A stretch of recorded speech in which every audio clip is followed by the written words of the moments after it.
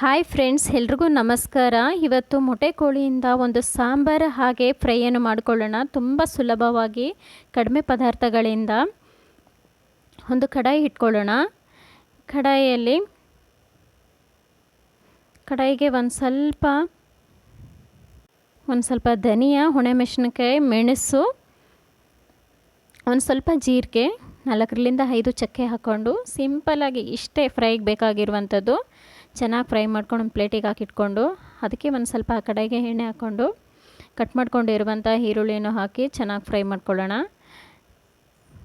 ಅದಾದಮೇಲೆ ಅದಕ್ಕೆ ಒಂದು ಸ್ವಲ್ಪ ಕಟ್ ಮಾಡಿರುವಂಥ ಟೊಮೊಟೊವನ್ನು ಹಾಕಿ ಚೆನ್ನಾಗಿ ಫ್ರೈ ಮಾಡ್ಕೊಳ್ಳೋಣ. ಟೊಮೊಟೊವನ್ನು ಫ್ರೈ ಮಾಡ್ಕೊತಿರ್ಬೇಕಾದ್ರೆ ಒಂದು ಸ್ವಲ್ಪ ಚಕ್ಕೆ, ಒಂದು 4 ಲವಂಗ, ಒಂದು ಸ್ವಲ್ಪ ಕಾಯಿ ತುರಿ, ಒಣ ಕೊಬ್ಬರಿ ಆದರೂ ಹಾಕೊಬೋದು, ಹಸಿ ಕೊಬ್ಬರಿ ಆದರೂ ಹಾಕೊಬೋದು.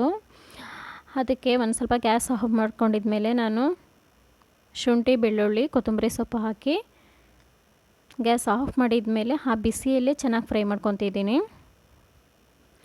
ಅದಾಗಿದ್ಮೇಲೆ ಮಿಕ್ಸಿ ಜಾರಿಗೆ ಹಾಕ್ಕೊಂಡು ಸ್ವಲ್ಪ ತಣ್ಣಗಾಗಿದ್ಮೇಲೆ ರುಬ್ಕೊಳ್ಳೋಣ. ಅದೇ ಕಡಾಯಿ ಒಂದು ಇಟ್ಕೊಂಡು ಒಂದು ಸ್ವಲ್ಪ ಎಣ್ಣೆ ಹಾಕಿ ಅದಕ್ಕೆ ಕಟ್ ಮಾಡಿರುವಂಥ ಚಿಕ್ಕದಾಗಿ ಈರುಳ್ಳಿ, ಕರಿಬೇವು ಸೊಪ್ಪು ಹಾಕ್ಕೊಳ್ಳೋಣ.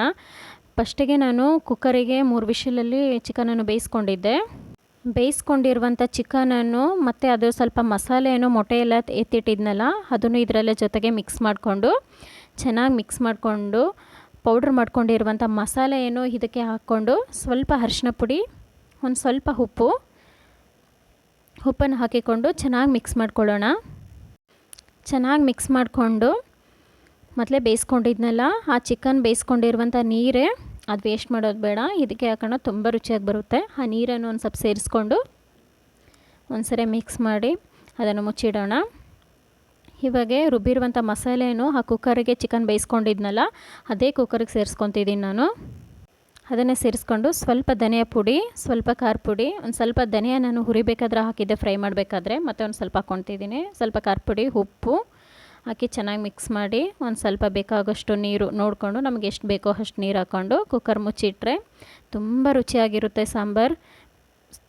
ಪ್ಲೀಸ್ ಎಲ್ಲರೂ ನಮ್ಮ ಚಾನಲ್ಗೆ ಸಬ್ಸ್ಕ್ರೈಬ್ ಮಾಡಿರಿ.